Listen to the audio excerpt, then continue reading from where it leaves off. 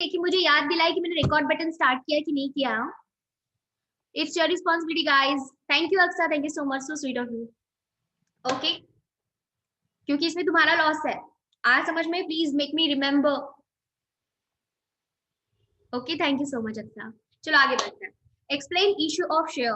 अ company may need capital. Company को पैसे की जरूरत पड़ती है to start a new project, to expand और to diversify its existing business और to repay its old debts. कर्जा चुकाने के लिए, नया प्रोजेक्ट स्टार्ट करने के लिए, या फिर अपने एग्जिस्टिंग बिजनेस को एक्सपांड और डाइवर्सिफाई करने के लिए कंपनी को पैसे की जरूरत पड़ती है. और जब जब पैसे कंपनी को पैसे की जरूरत पड़ती है, ओके कोई बात नहीं हर्षदीप.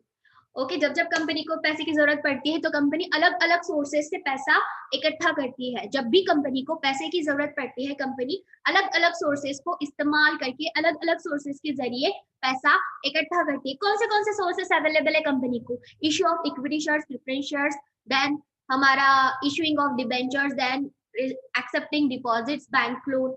ओके, तो ये सारे तरीके, equity shares, preference shares, debentures, deposits, bank loan, ये पांचों सोर्सेस ऑफ फाइनेंस कंपनी के पास अवेलेबल है. लेकिन इसमें सबसे सस्ता अगर कोई पड़ता होगा source of finance, that is equity shares. आज समझ में, इसलिए कंपनी चाहती है कि वो ज्यादा से ज्यादा पैसा इकट्ठा कर पाए इक्विटी शेयर्स को बेचकर. It's okay Sameeksha, join again. आप रिक्वेस्ट भेजो, मैं एक्सेप्ट कर लूंगी. Join again, leave the batch and join again. Okay, जिसको भी नेटवर्क प्रॉब्लम होगा वो लोग. ठीक है. A company may needs capital to start a new project और to expand and diversify its existing business और रीपे इट्स ओल्ड डेट्स. अगर लोन चुकाने होंगे, अगर पुराने कर्जे आपने लिए हुए होंगे, तो ये सारे कामों के लिए कंपनी शेयर्स इशू करती है. Then in case it can raise funds by taking loans. ये कैसे कैसे पैसे इकट्ठा कर सकती है? लोन ले सकती है बैंक से, शेयर्स इशू कर सकती है, डिबेंचर्स और बॉन्ड्स इशू कर सकती है. अब तो हमने डिबेंचर्स और बॉन्ड्स पढ़ लिए ना. अब डिबेंचर्स और बॉन्ड्स आप लोगों को समझा क्या होते हैं? डिबेंचर्स और बॉन्ड्स एक ही होता है. ओके, डिबेंचर ऑब्लिक बॉन्ड एक ही होता है. Okay, equity shares, preference shares, debentures, deposits and bank loan, 5 sources of finance मैंने आपको सिखा दिए हैं. ओके, हाँ हाँ हाँ पूनम, हाँ हाँ, ये भी जाएगा. ओके, तो भाई कंपनी को ये सारी चीजों के लिए पैसे लगते हैं. और कंपनी कहाँ से पैसे लेती है? तो कंपनी इशू करती है शेयर्स, इक्विटी या फिर प्रेफरेंस. कंपनी इशू करती है डिबेंचर्स या फिर एक्सेप्ट करती है डिपॉजिट. और कंपनी लेती है बैंक लोन. बैंक लोन कैसे? Short term, medium, long term. Okay, ये मेरे प्रीवियस लेक्चर्स में आप देख चुके हो. Then in case a company wants to raise capital by selling shares. अगर शेयर्स इशू करने हैं कंपनी को, तो दो ही टाइप के शेयर्स कंपनी इशू कर सकती है, that is equity and preference shares. Equity shares and preference shares. Okay, only 2 types of shares are there, equity and preference shares. Equity shares पे डिविडेंड फिक्स नहीं होता. इक्विटी शेयर्स पे dividend fix नहीं होता. Preference shares पे dividend fix होता है. Okay, equity sorry preference shares पे डिविडेंड, प्रेफरेंस शेयर्स पर डिविडेंड फिक्स्ड होता है. प्रेफरेंस शेयर्स पर डिविडेंड फिक्स्ड होता है. इक्विटी शेयर होल्डर्स को डिविडेंड तब मिलता है जब अपने पास प्रॉफिट बचा हुआ हो. ओके, अगर प्रॉफिट बचा हुआ है तो ही इक्विटी शेयर होल्डर्स को डिविडेंड मिलता है, लेकिन प्रेफरेंस शेयर होल्डर्स को डिविडेंड मिलता ही मिलता है. प्रेफरेंस मतलब उनको प्रेफरेंस दिया जा रहा है, उनको बेटा आगे आगे किया जा रहा है डिविडेंड देते समय. और हमारे बेचारे इक्विटी शेयर होल्डर्स शांति से बैठ जाते, भाई होगा तो दो, नहीं होगा तो भी ठीक है. ओके, यहाँ तक क्लियर है? कोई बात नहीं पूनम, कोई बात नहीं, आप चार्ज होने के बाद भी ज्वाइन कर सकते हो, कोई बात नहीं. यहाँ तक क्लियर है? Issue of shares, issue of shares clear होगा तो फिर मैं मेथड्स पे जाती. इशू ऑफ शेयर्स क्लियर है बच्चों, तो फिर मैं मेथड्स बताती कैसे कैसे इशू करते, कौन से टाइप के, कैसे. 2 types of shares, equity and preference. फिर उसमें अलग अलग मेथड्स है, किस किस मेथड से यूज करके आप शेयर्स को इशू कर सकते हो, कौन सी मेथड्स यूज करके आप इक्विटी या फिर प्रेफरेंस शेयर्स इशू कर सकते हो, ये दिया हुआ है नीचे. Okay, issue of shares clear है. 5 सोर्सेस ऑफ फाइनेंस क्लियर है, इक्विटी, प्रेफरेंस, डिबेंचर्स और bonds, then deposits and bank loan. Equity, preference, debentures और bonds, deposits and bank loan, ये 5 सोर्सेस ऑफ फाइनेंस कंपनी के पास मौजूद होते हैं. अगर हम डिसाइड करते हैं इक्विटी या फिर प्रेफरेंस शेयर्स इशू करना। ओके, ये 2 टाइप्स ऑफ शेयर्स हमारे पास हमेशा होते हैं, ये 2 टाइप्स के शेयर्स ही हम हमेशा इशू करते हैं। तो कौन सी मेथड्स है हमारे पास जिसको इस्तेमाल करके हम ये शेयर्स इशू कर सकते हैं, ये हम नेक्स्ट देखेंगे। ओके, कैसे कौन सी मेथड्स यूज करके हम इक्विटी या फिर प्रेफरेंस शेयर्स इशू कर सकते हैं, ये हम नीचे वाले चार्ट में देखेंगे। समझा? यहाँ तक क्लियर है सारी चीजें? बोलो, ये क्लियर है कि नहीं है यहाँ तक सारी चीजें?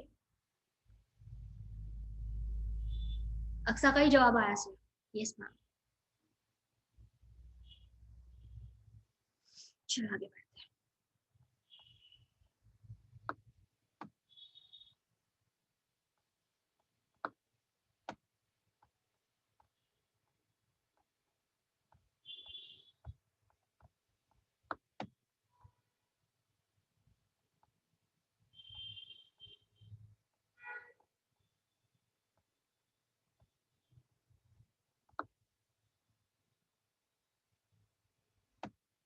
चलो कौन सी मेथड्स है? मेथड्स में से हम देखेंगे पहले पब्लिक ऑफर। पब्लिक ऑफर में 2 टाइप की मेथड्स है। पहली मेथड है, ओके, पहली मेथड ऑफ इशू है पब्लिक ऑफर, उसमें 2 सब टाइप्स है। पहला मेथड है, first method is public offer, and there are 2 sub types. पहला है आईपीओ निकालो या फिर एफपीओ निकालो। अब ये आईपीओ क्या होता है? पब्लिक इशू और public offer of share. Okay, IPO आप कैसे निकालते हो, इसका मैंने पूरा प्रोसीजर आपको बता कर रखा है, फिर भी आज मैं इसको रिपीट करूंगी। Initial public offer, IPO.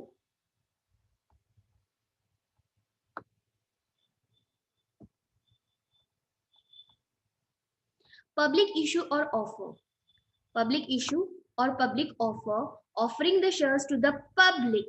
This is the most common method used by companies. The company invites the public to subscribe for its shares by issuing prospectus. A company can use 2 pricing methods to offer shares into the public. Company क्या करती है? IPO निकालती है। Okay, कैसे निकालती है ये मैं बताती हूँ आपको।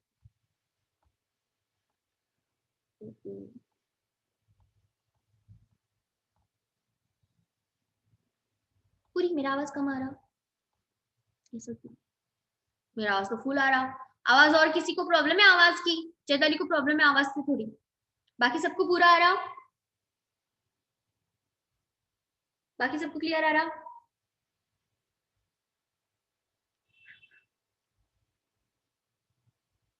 ओके ओके चैताली, देखो भाई आपका इंटरनेट कनेक्शन का देखो क्या है प्रॉब्लम। तो ओके, कम आ रहा ना? कम आ रहा क्या आवाज? एकदम स्लो, मतलब ऐसे कम कम आ रहा? क्लियर है? आवाज अच्छे से आ रहा? वैसे भी मेरा आवाज बहुत लाउड है।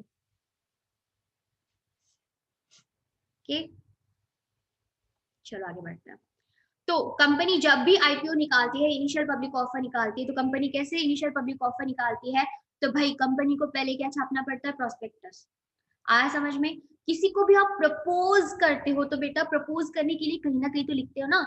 ओके, उसको चिट्ठी भेजोगे, उसको ग्रीटिंग कार्ड दोगे, कुछ ना कुछ तो करोगे, या फिर भाई टेक्स्ट मैसेज करोगे। ओके, तब आप उसको प्रपोज करते हो। उसी तरीके से भाई लोगों को सपना नहीं आता, लोगों के सामने आपको प्रपोजल रखना पड़ता है। कैसे प्रपोजल रखोगे? आप प्रोस्पेक्टस रखोगे और आप इनवाइट करोगे। आया समझ में? यहाँ पर पब्लिक इशू और offer means offering the shares to the public. यहाँ पर आप लोगों को ऑफर कर रहे हो अपने कंपनी की शेयर्स।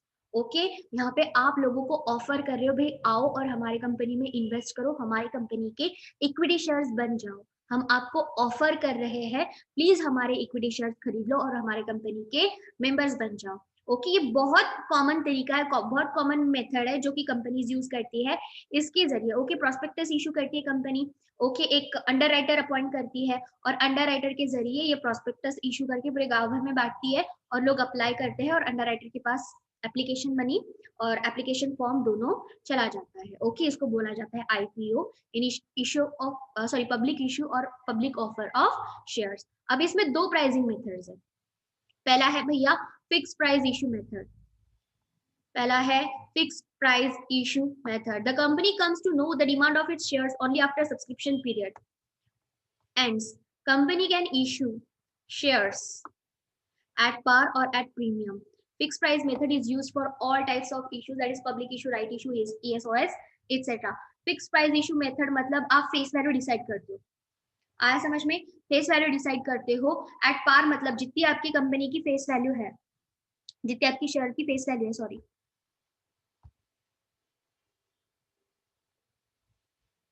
अंडरराइटर का काम क्या होता है? देखो, आप अंडरराइटर अपॉइंट करते हो किसी बैंक को, किसी इंश्योरेंस कंपनी को. ओके, तो वो बैंक का या फिर उस इंश्योरेंस कंपनी का काम क्या होता है? आपका प्रोस्पेक्टस लोगों को बेचना. ओके, क्योंकि भाई इन्वेस्टर्स उन्हीं के पास आते हैं ना, जिसके पास पैसा होता है वो व्यक्ति बैंक में ही जाता है, इंश्योरेंस कंपनी में ही जाता है. यस और नो दिशा बोलो. ये सही जगह है जहां पे लोग आते हैं अपना पैसा लेकर, इंश्योरेंस कंपनीज एंड बैंक्स. बोलो यस. तो बस इसी जगहों को, ऐसे ही संस्थाओं को, ऐसी ऑर्गेनाइजेशंस को हम एज अ अंडरराइटर अपॉइंट करते हैं, और ये अंडरराइटर का काम होता है आपके कंपनी का आईपीओ बेचना. आया समझ में? और इसके वो कुछ चार्जेस लेते हैं आपसे, कमीशन लेते हैं आपसे, मुफ्त में काम नहीं करता अंडरराइटर. आया समझ में? आप उसको क्या कर रहे हो? आप उसको बोल रहे हो, आप उसकी सर्विसेज ले रहे हो. कौन सी सर्विसेज ले रहे हो आप उससे?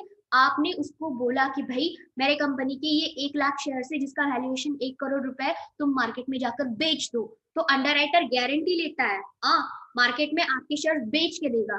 और अगर मार्केट में आपके शेयर्स नहीं बिके तो अंडरराइटर आपके सारे शेयर्स खरीद लेगा. समझा? समझा क्या? Yes, just like brokers, just like brokers. Brokers बाद में आते हैं बेटा, लेकिन ये अंडरराइटर सबसे शुरुआती स्टेज में होता है. आया समझ में? अंडरराइटर एक ऐसी ऑर्गेनाइजेशन होती है, एक ऐसी कंपनी होती है, वो चाहे बैंक हो, वो चाहे इंश्योरेंस कंपनी हो, ओके, चाहे वो मर्केंटाइल बैंक हो, चाहे वो कमर्शियल बैंक हो, वो बैंक आपको एक एश्योरेंस देती है कि भाई मैं आपके जो भी शेयर है कंपनी का, जो भी आईपीओ निकला हुआ है मार्केट में, उसको बेचूंगा. Okay, underwriter promises to the company, underwriter promises to the company, okay, कि भाई मैं आपके सारे शेयर्स मार्केट में बेच दूंगा. लेकिन अगर ये अंडर सब्सक्राइब होता है, लोग इसको इतना रिस्पॉन्स नहीं देते, खरीदते नहीं है, तो आपकी कंपनी के सारे शेयर्स अंडरराइटर खरीद लेगा. समझा? समझा? अंडरराइटर क्लियर है? Yes, exactly Harshdeep. Underwriter clear है? Underwriter can only and only be some certain banks, certain NBFCs और certain insurance company. Okay, आगे बढ़ते हैं. Fixed price issue method, FPI. Okay, इसमें क्या होता है? Company comes to know the demand of its shares only after the subscription period ends. Company can issue shares at par or at premium. Fixed price method is used for all the types of issues, that is public issue, right issue, ESOS. Okay, यहाँ पे भाई company को अपने जो भी demand है shares की, वो तो सब्सक्रिप्शन पीरियड के बाद में पता चलती है कि भाई मेरे शेयर्स की डिमांड कितनी थी. जैसे मैंने पहले ऊपर वाला एग्जांपल लिया था कि मैंने 1 लाख शेयर्स मार्केट में बेचने के लिए निकाले थे. ओके, अंडरराइटर ने एड़ी चोटी का जोर लगा दिया और 80,000 शेयर्स मार्केट में बेच दिए.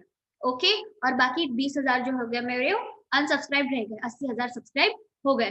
तो ओके, तो कंपनी कैसे इशू कर सकती है? तीन मोड से कंपनी इशू कर सकती है, एट पार, एट प्रीमियम और at discount shares. At par मतलब जो फेस वैल्यू है वही 100 रुपया, मतलब 100 रुपया.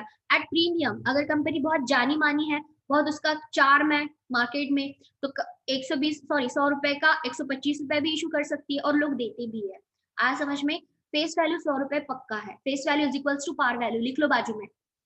फेस वैल्यू मतलब par value. Shares issued at face value मतलब shares issued at par. Okay, shares at issued at premium मतलब 100 रुपए का 125 रुपए में शेयर प्रीमियम, 25 रुपए प्रीमियम है. ओके, उसकी फेस वैल्यू है 100 और इशू किया प्रीमियम पे 125 रुपए के. और एट डिस्काउंट मतलब 90 रुपए में इशू किया. ओके, फेस वैल्यू है 100, 90 में इशू किया मतलब issued at discount. Face value है ₹100 लेकिन 90 में इशू किया, उसको बोला जाएगा इशूड एट डिस्काउंट. उसको बोला जाएगा issued at discount. Face value है 100 लेकिन इशू किया 125 में, उसको कहा जाएगा issued at premium. Okay, premium मतलब 125, पार मतलब 100 का 100 और डिस्काउंट मतलब 100 का 90. क्लियर है? क्लियर है? इतना क्लियर है?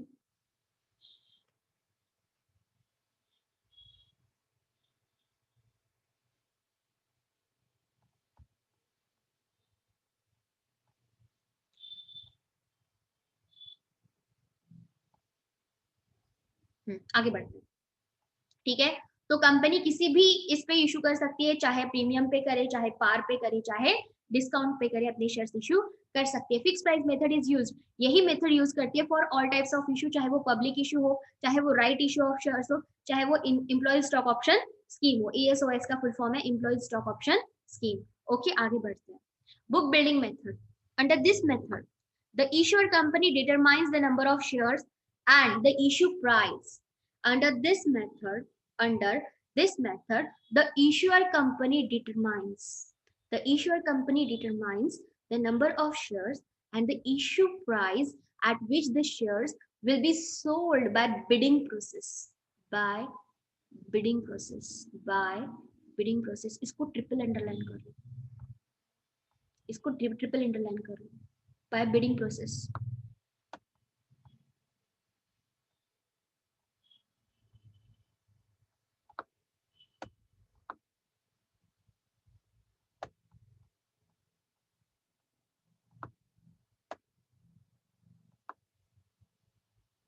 इसको ट्रिपल अंडरलाइन कर लो, मैं पहले ही बोल रही हूँ।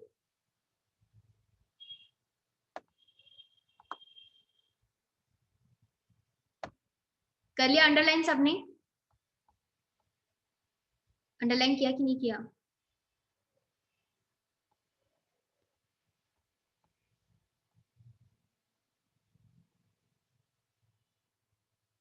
हाँ हाँ, करेक्ट अक्सा, बोली लगती है, बोली लगती है। ओके, बिडिंग मतलब बोली लगती है। जैसे मैंने कोई चीज बेचने के लिए निकाली, ओके, मैंने एक चीज बेचने के लिए निकाली और मैंने आपको बोला भाई इसको खरीदने के लिए आप बिडिंग लगाओ। ओके, कोई बोलता है 20, कोई बोलता है 30, कोई बोलता है 40, लेकिन मैं किसको बेचती हूँ अपनी चीज? जो सबसे ज्यादा हाईएस्ट बिड लगाता है। यस और नो बोलो। बिडिंग में जीतता कौन है? जो सबसे ज्यादा बोली लगाता है वो। ओके, उसको और एक नाम है बिडिंग को, बोली लगाना, नीलामी। यस, नीलामी। Yes Sanika, correct. ओके, आगे बढ़ते। बिडिंग समझा सबको? बिडिंग लगाई जाती है under book building method, under book building method और बुक बिडिंग मेथड में आप बोली लगाते हो शेयर्स पे। Okay, under this method the issuer company determines, जो इश्यूर कंपनी है, जो शेयर्स इशू करने वाली है, ओके, जिस कंपनी के शेयर्स बिकेंगे मार्केट में, जिसको कंपनी, जो कंपनी को अपने शेयर्स मार्केट में बेचने हैं, वो कंपनी क्या करती है? एट कितने शेयर्स बेचने हैं और कितने दामों में बेचने हैं, ये डिसाइड करती है। ओके, कितने शेयर्स बेचने हैं, how many shares are needed to be issued, how many shares are going to be issued, how many shares are going to be issued and at what value these shares are going to be issued. कितने shares बिकेंगे market में और कौन से rate पे बिकेंगे ये shares market में, ये दोनों चीजें डिसाइड होती है बिड के ऊपर। ओके, लोग यहाँ पर बोली लगाते हैं। ऑनलाइन, अनुराग, ऑनलाइन होती है प्रोसीजर, ये बोली ऑनलाइन लगती है, समझा? क्लियर है? ओके, कम ऊपर क्या है? फिक्स प्राइस इशू मेथड में आपको कितने शेयर्स बेचने हैं ये भी कंपनी को पता है, कौन से वैल्यू में बेचने हैं, एट पार बेचने हैं, एट डिस्काउंट बेचने हैं और एट प्रीमियम बेचने हैं, ये भी कंपनी डिसाइड कर चुकी है। आया समझ में? ऊपर फिक्स प्राइस इशू मेथड में कंपनी को पता है कितने शेयर्स मार्केट में बेचने हैं, how many shares are needed to be issued and at what value shares are needed to be issued, ये दोनों कंपनी ने डिसाइड करके रखा है। ओके, कितने बेचने हैं, कितने में बेचने हैं, ये फिक्स प्राइस इशू मेथड में कंपनी डिसाइड करती है। लेकिन बुक बिल्डिंग मेथड में कंपनी कुछ भी डिसाइड नहीं करती। कंपनी क्या करती है? आपको बोलती है भाई बोली लगाओ, और आपके बोली के ऊपर डिपेंड करता है ऑनलाइन जाके वेबसाइट्स पे। ओके, और यहाँ पर कंपनी आपसे बोली लगवाती है और आपने लगाई हुई बोली पे डिपेंड करता है कंपनी कितने शेयर इशू करेगी और उसका फेस वैल्यू क्या होगा। आया समझ में? अंडर बुक बिल्डिंग मेथड में कंपनी बिडिंग लगाती है, लोगों से बिडिंग लगवाती है, लोगों का मतलब बिडिंग लेती है और फिर डिसाइड करती है कंपनी कितने शेयर्स इशू करने हैं और कितने वैल्यूएशन पे, कितने एट पार, एट प्रीमियम, कितने पे ये शेयर्स इशू करने हैं। बट जनरली इसका फेस वैल्यू यहाँ पे डिटरमाइन किया जाता है बिडिंग के जरिए। क्लियर है इतना? क्लियर है इतना? बिडिंग करते हैं और बिडिंग के बाद डिसाइड करते हैं कितने इशू करने हैं, कितने में इशू करने हैं। ओके, ऊपर आपने सब डिसाइड किया है कितना वाला कितने में इशू करना है, क्या इशू करना है फिक्स प्राइस में। यहाँ पर आप लोगों से राय लेते हो, लोगों से बिडिंग करवाते हो, तब जाकर आप डिसाइड करते हो कितने शेयर इशू करने हैं और उसका फेस वैल्यू क्या है। आगे बढ़ते हैं। Okay, the company issues a red herring prospectus which contains price range, or price band, and asks the investors to bid on it.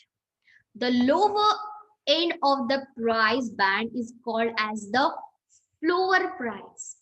The lower end of the price band is called as the floor price.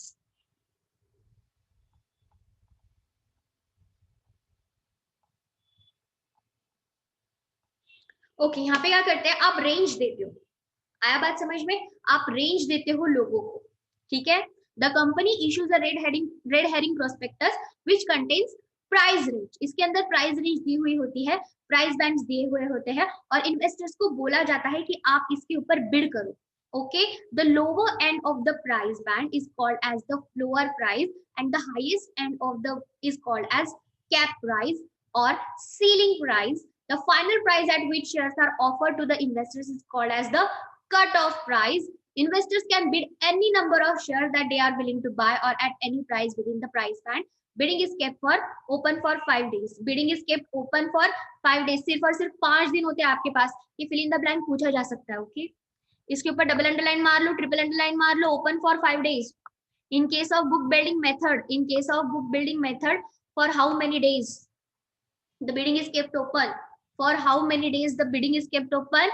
Just for 5 days.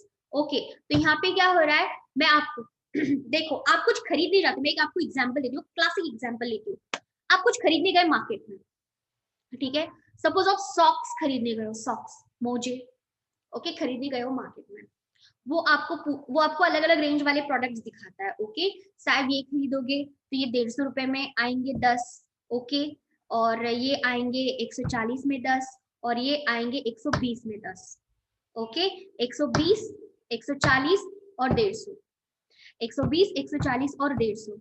आप खरीदने गए हो socks, आप खरीदने गए हो wholesale market, एकदम wholesale की दुकान है, ओके। होलसेल की दुकानों में चीजें बड़ी सस्ती मिलती है, सिर्फ आप खरीदने वाले बल्क में होने चाहिए, ओके।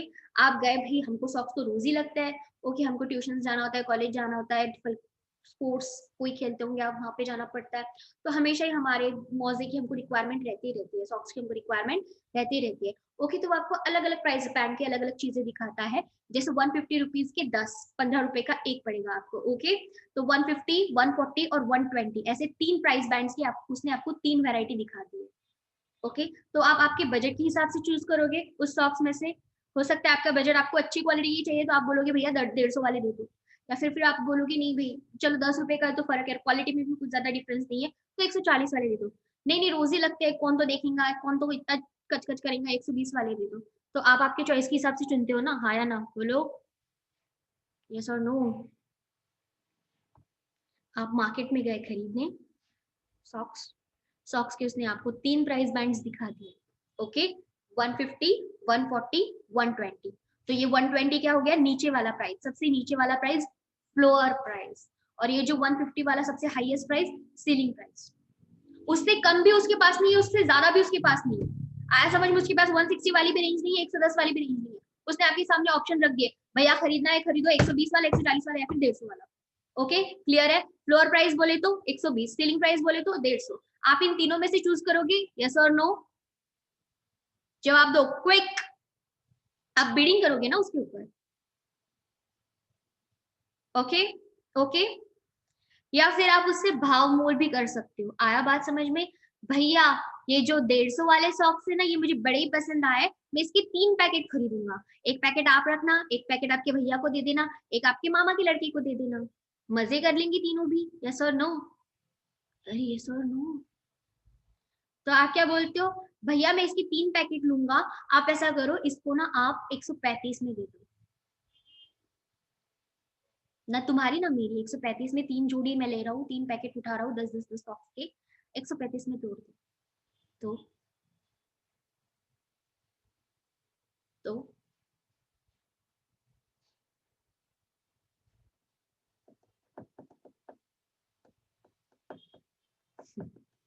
इतना चलता रहे हर्षदीप।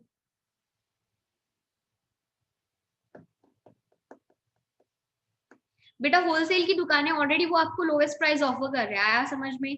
ओके, तो आप उसको बोलते हो भाई साहब ना तेरा ना मेरा, भैया ना आपका ना मेरा 135 में दे दो, मैं 3 पैकेट लेके जाऊंगी। हाँ या ना, यही तो बात करते हैं ना हम मार्केट में, बोलो। नहीं तो वो वापस से वो दुकान के अंदर बाहर करते हैं ना लोग। भाई लेनी तो है चीज, सामने वाला प्राइस तो नहीं छोड़ रहा, फिर सामने वाला प्राइस भी छोड़ देता है। यस और नो? बार्गेनिंग। यस एग्जैक्टली, यही तो करते हैं हम लोग, ना तुम्हारा ना मेरा। तो यहाँ पे ये जो कट ऑफ प्राइस बोला हुआ है ना, पढ़ो उसको वापस से। The final price at which the shares are offered to the investors, the final price, the final price at which the shares are offered to the investors, final price जिसके ऊपर इन्वेस्टर्स को शेयर ऑफर किए जाते हैं उसको बोला जाता है कट ऑफ प्राइस। इसको क्या बोला जाता है? Cut off price. बेटा मैंने फ्लोर वैल्यू क्या बोली थी, फ्लोर प्राइस क्या बोली थी? चलो बोलो मेरी एग्जाम्पल की फ्लोर प्राइस क्या थी? Quick quick quick. मैंने जो एग्जाम्पल आपको दिया उसमें फ्लोर प्राइस क्या थी? फ्लोर प्राइस क्या थी? कम से कम रेंज कितने की थी? यस, और ज्यादा से ज्यादा रेंज कितने की थी?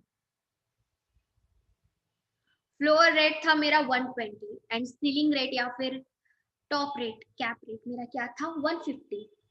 ओके, लेकिन हमारा कट ऑफ प्राइस क्या आया? हमारा कट ऑफ प्राइस क्या आया?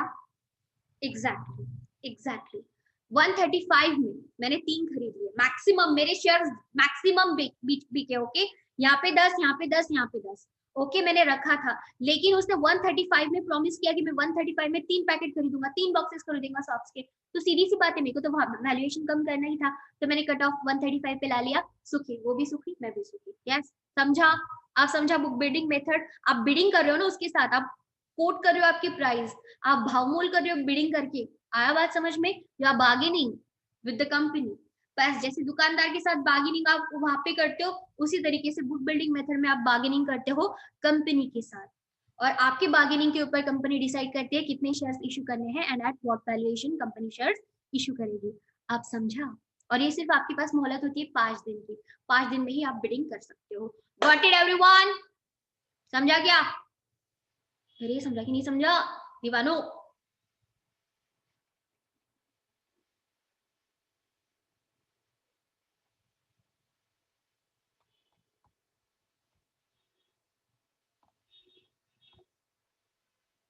Got it everyone? क्लियर है?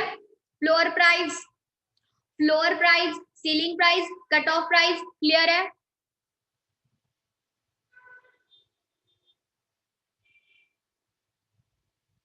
I don't know about it, मैं सिर्फ मेरे बुक बिल्डिंग मेथड की बात कर रही हूँ।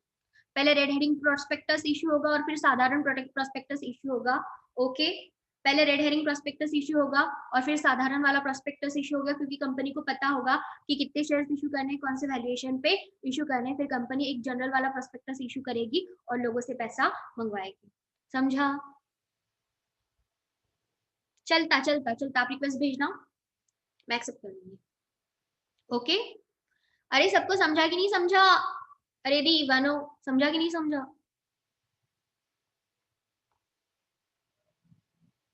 Yes yes yes exactly. Example click हुआ? ओके, आगे बढ़ते हैं, चलो आगे बढ़ते हैं। Okay, company issues a prospectus which contains the final price. इसके बाद भाई बिडिंग, रेड हेरिंग हमने इशू कर दिया, रेड हेरिंग पे लोगों ने बिडिंग भी लगाई, बिडिंग लगा के हमने कट ऑफ भी डिसाइड किया और कितने नंबर शेयर्स इशू करने, कितने अमाउंट में, कितने value number of shares issue करने और क्या उसका फेस वैल्यू होगा, ये भी हमने डिसाइड कर लिया। उसके बाद हम एक जनरल प्रोस्पेक्टस, एक नॉर्मल प्रोस्पेक्टस इशू करते हैं which contains the final price, और फिर हम अंडरराइटर के जरिए इसको बेच के लोगों से पैसा इकट्ठा करते हैं। इसको बोला जाता है बिडिंग वाले मेथड को बोला जाता है book building method, is used for the public issues that is IPO and FPO. तो दो मेथड्स है। ओके, दो मेथड्स है आपके पास पब्लिक इशू ऑफ शेयर्स के लिए। ओके, कैसे प्राइसिंग, टू प्राइसिंग मेथड्स है यहाँ, इसको डबल अंडरलाइन मार लो। ये इशू मेथड नहीं है, ये प्राइसिंग मेथड है। फर्क समझा क्या?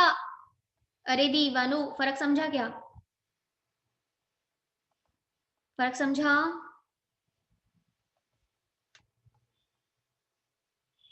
This is true pricing method. This is true pricing method. It is not a issue method. It is a pricing method. समझा? फर्क समझा? It is a pricing method और नीचे हम पढ़ेंगे issuing method. Okay? Prices decide होती है कौन सी प्राइस में इशू करेंगे हम. तो प्राइजेस कैसे डिसाइड होती है? फिक्स प्राइस इशू या फिर बुक बिल्डिंग में. ओके, अब हम देखेंगे actual issue.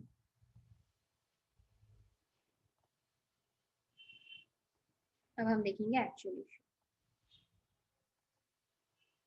Initial public offer.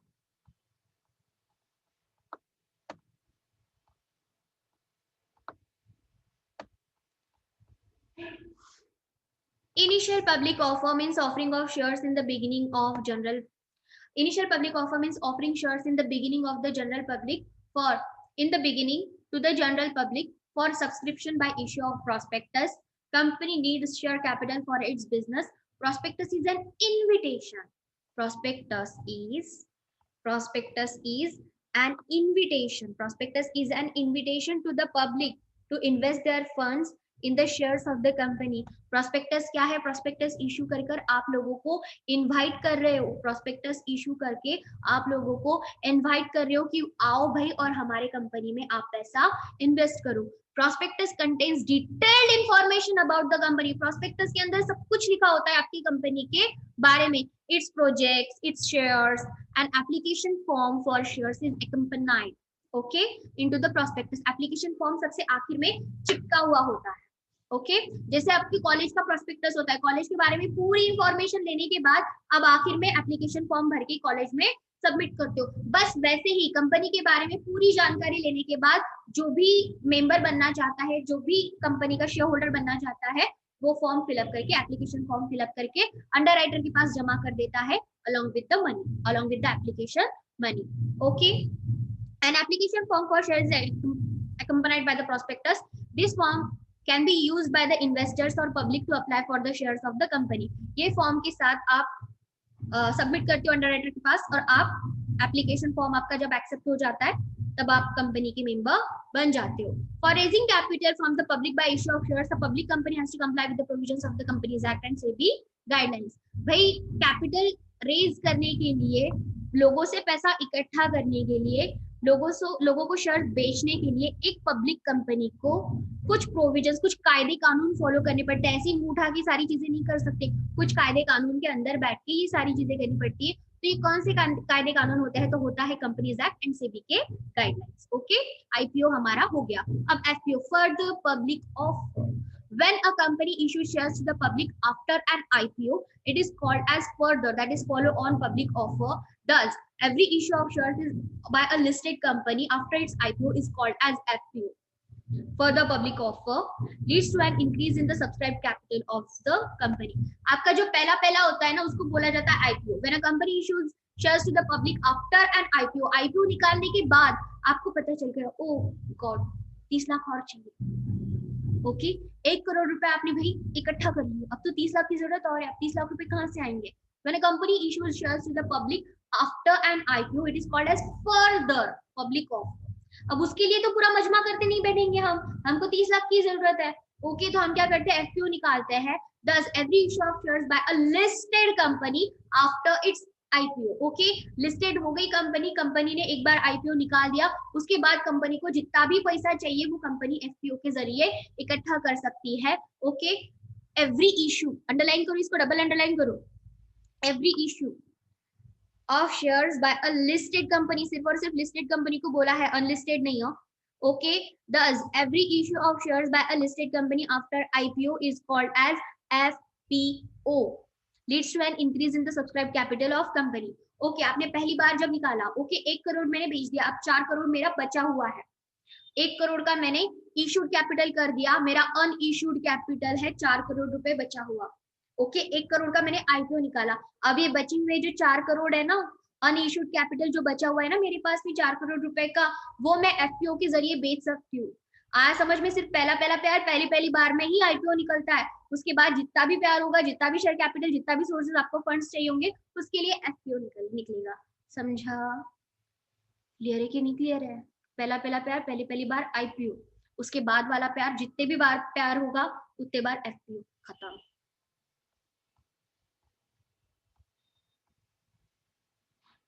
Clear है?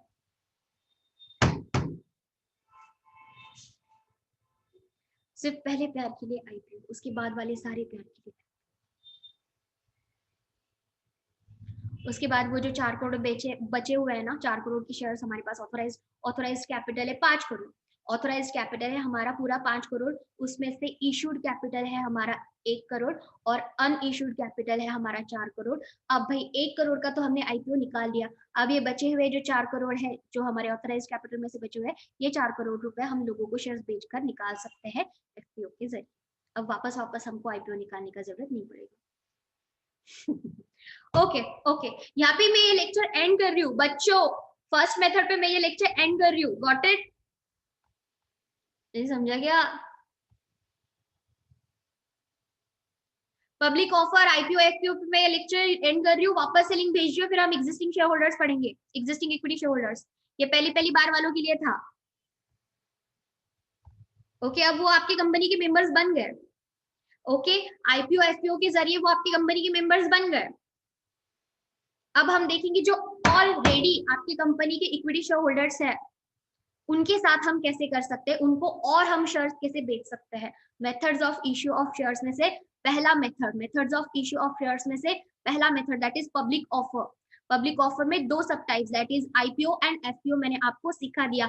अब second method that is existing equity share holders को, ये हमारे लिए नए थे। आया बात समझ में? पब्लिक ऑफर हम नए लोगों के लिए कर रहे हैं, पब्लिक ऑफर में आईपीओ एफपीओ हम नए लोगों के लिए निकाल रहे हैं। ओके, लेकिन जो मेरे ऑलरेडी शेयर होल्डर्स है, इक्विटी शेयर होल्डर्स ऑलरेडी बन चुके हैं, अब उनको मुझे और शेयर चिपकाने हैं, और शेयर्स बेचने हैं। तो कैसे बेच सकता हूं मैं? राइट इशू करके और बोनस इशू करके। आया समझ में? और should I continue with this lecture only? चलो इसी लेक्चर के साथ कंटिन्यू करते हैं। राइट इशू और बोनस इशू यहीं पे गिराते हैं, फिर बाद में ये 5 पॉइंट्स डिस्कस करेंगे। ओके गाइस, अब जो ठीक है, अब ये नए इंटर हुए ना, ये नए मेहमान है हमारे पास। ये जो इक्विटी शेयरहोल्डर्स है ना, ये नए मेंबर्स बन चुके हैं। अब ये मेंबर्स पुराने हो चुके हैं। ओके भाई, ये नया पहला प्यार था, पहली बार था, हमने इनको आईपीओ एफपीओ दे दिया। अभी हमारे जाने पहचाने हो गए, अभी हमारे मेंबर से पिछले 5-6 सालों से। ओके, इसी के साथ कंटिन्यू करते हैं। एग्जिस्टिंग इक्विटी शेयरहोल्डर्स के साथ हम क्या करेंगे? इनको अगर मुझे राइट इशू या फिर बोनस इशू बेचना है, इनको इशू करने हैं शेयर्स, इनको मुझे और इशू करने हैं शेयर्स। ऑलरेडी ये मेरे मेंबर्स है, आया समझ में? ऑलरेडी ये मेरे मेंबर्स है, एग्जिस्टिंग शेयर होल्डर्स है मेरे, इनके पास ऑलरेडी मेरे इक्विटी शेयर्स है। अब मुझे इनको और शेयर्स इशू करने हैं in the form of right issue और in the form of bonus issue. Okay, तो मुझे कौन सी प्रोसीजर फॉलो करनी पड़ेगी, ये कौन सी मेथड है, ये हम नीचे देखेंगे। ओके चलो आओ, राइट इशू और बोनस इशू देखेंगे। एग्जिस्टिंग इक्विटी शेयर होल्डर्स को, सिर्फ और सिर्फ एग्जिस्टिंग इक्विटी शेयर होल्डर्स को। न्यू के लिए पब्लिक ऑफर। ओके, अनोट कर लो वहां पे। न्यू के लिए पब्लिक ऑफर लिखा वहां पे, न्यू के लिए पब्लिक ऑफर, और एग्जिस्टिंग इक्विटी शेयर होल्डर्स के लिए राइट इशू और बोनस इशू। इतना कर लो यार, जिंदगी सॉर्टेड है तुम्हारी, इतना कर लो। अरे लिखा क्या मैंने जो लिखवाया, न्यू के लिए पब्लिक ऑफर और एग्जिस्टिंग वालों के लिए राइट इशू और बोनस इशू। इसके जरिए ये 2 मेथड्स यूज करके हम उनको और शेयर्स बेच सकते हैं, और शेयर्स इशू कर सकते हैं। Got it? और शेयर्स हम इशू कर सकते हैं एग्जिस्टिंग इक्विटी शेयर होल्डर्स को इस मेथड के जरिए, methods of issue of shares. In 2 methods को यूज करके, राइट इशू और बोनस इशू को यूज करके, हम एग्जिस्टिंग इक्विटी शेयर होल्डर्स को और शेयर्स इशू कर सकते हैं, और शेयर्स हम इशू कर सकते हैं एग्जिस्टिंग इक्विटी शेयर होल्डर्स को राइट इशू या फिर बोनस इशू के जरिए। क्लियर है? इतना क्लियर है क्या?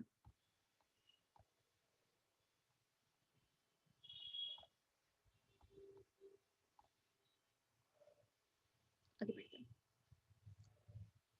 राइट इशू और बोनस इशू की तरफ।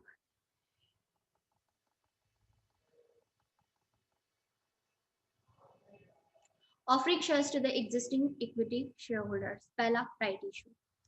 The present equity shareholders सिर्फ और सिर्फ the present equity shareholder are given right to apply for new shares are given right to apply for new shares in certain proportion to the shares already held by them. इसको बोला जाता है बेटा, इसको bracket कर लो, इसको डब्बा मार लो, इसको डब्बा मार लो। The present equity share holders are given right, अधिकार मिल रहा है इनको। ओके, जो मेरे पहले ऑलरेडी इक्विटी शेयर होल्डर्स है, मैं उनको अधिकार दे रही हूँ, मैं उनको राइट दे रही हूँ कि वो अप्लाई करें जो मैं नए शेयर्स इशू कर रही हूँ उनके लिए, into certain proportion to the shares already held by them. One share against every 2 shares held by a member, such is called as right issue. Company must give notice to every equity shareholder, giving him option to take the shares offered to him by the company. The members may choose to subscribe for the right shares and increase their holding, or they may give it up this right. Okay? Company क्या करती है? Right issue करती है। Okay, right issue करती है कि भाई आप आओ और आप खरीदो। ओके, कंपनी ने नए शेयर्स निकाले, राइट इशू कर रही है, कंपनी आपको शेयर्स दे रही है। ओके, 2:1, अगर आपके पास 2000 शेयर्स है कंपनी के, तो कंपनी आपको चांस दे रही है कि आप 1000 शेयर्स और खरीद लो।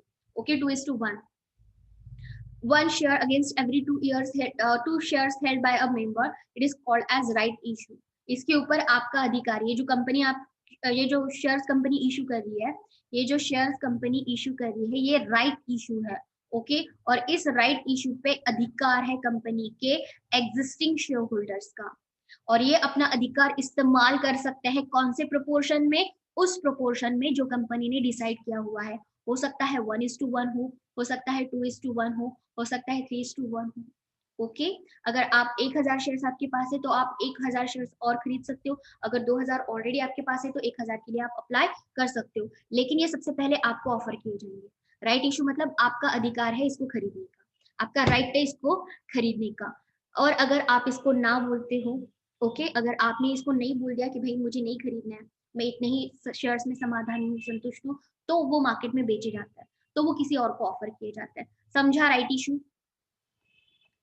Okay, the company may give notice to every equity share holder, giving him option. यहाँ पे आपको ऑप्शन मिल रहा है, ऑप्शन को हाईलाइट करो, ऑप्शन। यहाँ पे एग्जिस्टिंग इक्विटी शेयर होल्डर्स को ऑप्शन दिया जा रहा है, यहाँ पे इक्विटी शेयर होल्डर्स को ऑप्शन दिया जा रहा है कि वो कंपनी के शेयर्स खरीदे। जो एग्जिस्टिंग शेयर होल्डर्स है कंपनी के, उनको ऑप्शन दिया जा रहा है कि आप आओ और ये शेयर्स खरीदो। अगर उन्होंने बोला आई एम नॉट इंटरेस्टेड, उन्होंने बोला नहीं खरीदना, तो फिर वो आपको नहीं, वो किसी और को ऑफर किए जाएंगे। समझा राइट इशू? राइट इशू समझा क्या?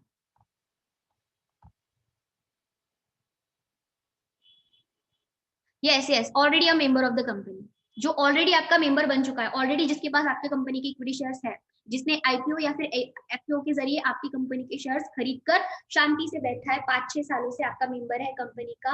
ओके, उसको आप ऑप्शन दे रहे हो कि भाई साहब शेयर खरीदो, आपके लिए है, 1:1 वाले प्रोपोर्शन में है, 1000 शेयर से 1000 आप और खरीद सकते हो। आपने बोला नहीं चाहिए। ओके, आपने जैसा बोला नहीं चाहिए, तो वो आपके सामने से उठाकर किसी और के सामने रख देगा। खरीदना चाहो तो खरीद लो, सामने वाला खरीद लेगा। समझा राइट इशू? अरे समझा कि नहीं समझा? राइट इशू समझा?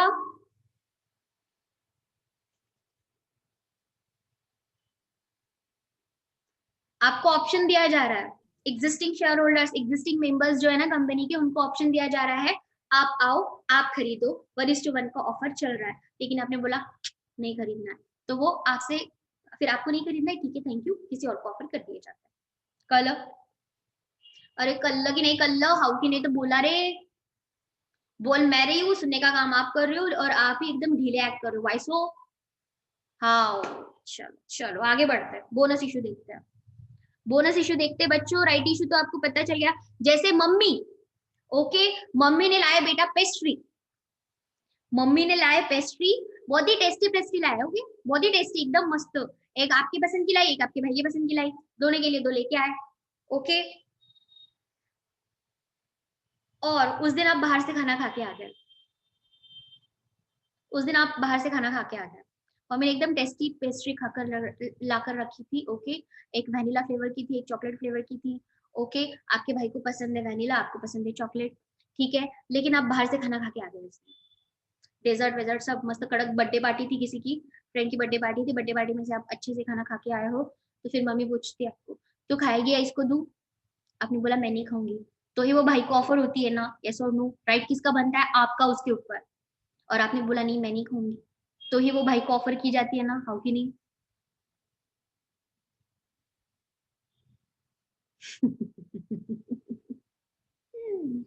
बेटा तगड़ा खाना खा लिया आपने, और एक बार खाना खाने के बाद ना, पेट भरने के बाद आदमी को कोई इतना नहीं रहता।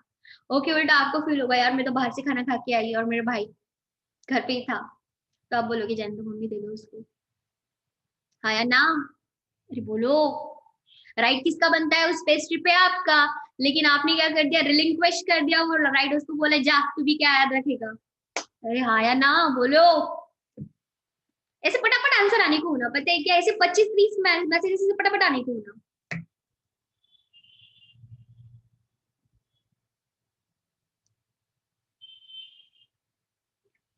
Exactly exactly.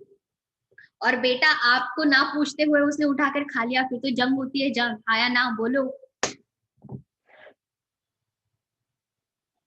तू खाल्लंच कसं? ती माझी पेस्ट्री होती, मम्मीने ती माझ्यासाठी आणली होती। फिर जब तक आपकी पेस्ट्री नहीं मिल जाती ना, तब तक के तो बिल्कुल वर्ल्ड वॉर 3 हो जाता है घर में।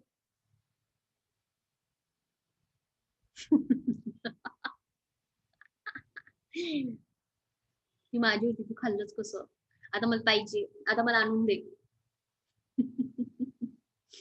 Okay okay, members may choose to subscribe the right share. Okay, आपके पास चॉइस होती है, आप खा भी सकते हो, आप नहीं भी खा सकते। अगर आप नहीं बोलते तो वो आपके भाई को ऑफर हो जाती है। चलो आगे बढ़ते बोनस इश्यू पे।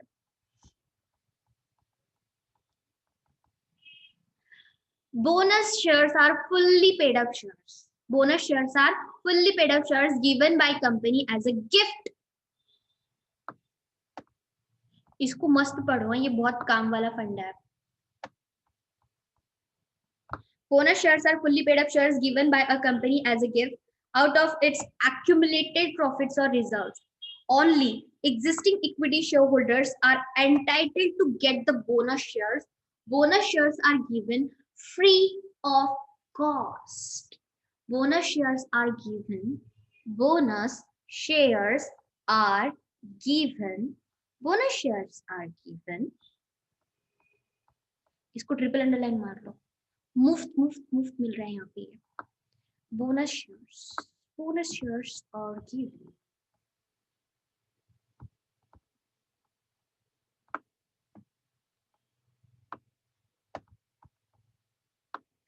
Free of cost to equity share holders. सिर्फ और सिर्फ इक्विटी शेयर होल्डर्स को राइट होता है बोनस शेयर्स के ऊपर।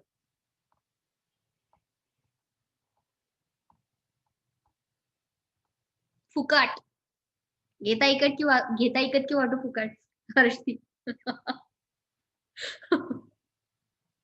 ओके हर्षदीप बिल्कुल सही। Bonus shares are fully paid up shares given by the company as a gift out of its accumulated profits or results. Only and only existing equity shareholders are entitled to get the bonus shares. Bonus shares are given free of cost to equity shareholders in proportion to their existing shareholding. In proportion to their existing shareholdings, certain proportion is decided to issue bonus shares. For example, if the ratio is decided 2:1, it means that a shareholder holding 2 shares will get 1 additional share as a bonus share. Company brings its reserves or profits into business by the way of bonus shares. Therefore, it is called as capitalization of profit. It is called as bonus issue को बोला जाता है capitalisation of profit. आप क्या कर रहे हो? Reserves में से जो भी रिजर्व्स आपने बना के रखे थे, वो रिजर्व्स आपने किसके पैसे पे बना के रखे थे? बोलो मुझे चैट बॉक्स में फास्ट। जो रिजर्व्स आपने बना के रखे थे वो किसका प्रॉफिट का हिस्सा मार के बना के रखे थे? बोलो किसका प्रॉफिट का हिस्सा ढापा था और रिजर्व में भेजा था? Answer quick.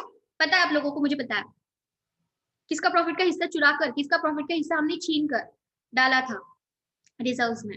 यस राइट निशा, राइट समीक्षा, राइट दिशा। कौन से शेयर होल्डर्स बेटा? इक्विटी, सिर्फ और सिर्फ इक्विटी शेयर होल्डर्स। इन्हीं का प्रॉफिट में से हिस्सा चुरा चुरा के कोर के आप रिजर्व्स में भेजते हो। अब इनका हिस्सा ले लेके आपने रिजर्व्स एकदम फुगा के रखे, एकदम फूल गया है वो रिजर्व। अब हम इशू करेंगे बोनस शेयर्स। ओके, जो रिजर्व हमने बनाए, जो प्रॉफिट हमने इतने सालों से बेटा एकदम दबा दबा के रखा है, एकदम एकदम ऐसे फूल गया वो प्रॉफिट। ओके, अब हम क्या करेंगे, अब हम बोनस शेयर्स इशू करेंगे, हमारा कैपिटलाइजेशन बढ़ाएंगे और हमारे इक्विटी शेयर होल्डर्स को खुश कर देंगे बोनस इशू करके। ओके, उसके बाद क्या होता है, ये किसको दिया जाता है, सिर्फ और सिर्फ इक्विटी शेयर होल्डर्स को बोनस इशू मिलता है, बाकी किसी को बोनस इशू नहीं मिलता। आया समझ में? इनको हम फुकट फुकट मुफ्त मुफ्त मुफ्त शेयर्स देते हैं, बोनस शेयर्स देते हैं। किसको? एग्जिस्टिंग इक्विटी शेयर होल्डर्स को। इसका रेशियो डिसाइड होता है, कैसे देना है, 1:1 देना है, 2:1 देना है, 3:1 देना है, ऐसे डिसाइड होता है। ओके, और क्यों हम सिर्फ इक्विटी शेयर होल्डर्स को देते हैं, क्योंकि इन्हीं की हिस्से का प्रॉफिट निकाल निकाल कर हमने रिजर्व्स बनाए थे, और अब इन रिजर्व्स पे सिर्फ और सिर्फ हमारे इक्विटी शेयर होल्डर्स का अधिकार होता है। Okay, then company brings its reserves और profits into business। कंपनी क्या करती है, ये जो इनका रिजर्व्स और प्रॉफिट बचा हुआ था ना, इसको बिजनेस में उतारती है। इसको बोला जाता है कैपिटलाइजेशन ऑफ प्रॉफिट। आप क्या कर रहे हो, रिजर्व्स को कैपिटलाइज कर रहे हो। आप क्या कर रहे हो, रिजर्व्स को कैपिटलाइज कर रहे हो। रिजर्व्स को कैपिटलाइज कैसे करते हैं, बोनस इशू करके। ओके, बोनस शेयर्स इशू करके। Got it? Bonus shares clear है? मुफ्त मुफ्त मुफ्त आपको आपके प्रॉफिट से उन्होंने चुरा चुरा के भाई बनाया था रिजर्व, अब ये रिजर्व का गल्ला फोड़ के ये आपको बांट रहे हैं, जिसका मुफ्त में बांट रहे हैं, इसको बोला जाता है bonus issue of shares. Clear है? अरे क्लियर है कि नहीं क्लियर? राइट इशू भी क्लियर है, बोनस इशू भी क्लियर है। ओके, राइट इशू और बोनस इशू, राइट इशू और बोनस इशू, राइट इशू और बोनस इशू सिर्फ और सिर्फ दिया जाता है एग्जिस्टिंग इक्विटी शेयर होल्डर्स को। राइट इशू और बोनस इशू दिया जाता है सिर्फ और सिर्फ एग्जिस्टिंग इक्विटी शेयर होल्डर्स को। समझा? यहाँ तक क्लियर है? स्प्राइट सब क्लियर है बेटा? चलो मैं वापस से लिंक भेज रही हूँ, अपन बाकी के पॉइंट्स भी डिस्कस करते हैं। Okay, I am sending the link again, we are going to discuss this further. वापस से मिलते हैं अपन लोग। Okay, I am sending link again.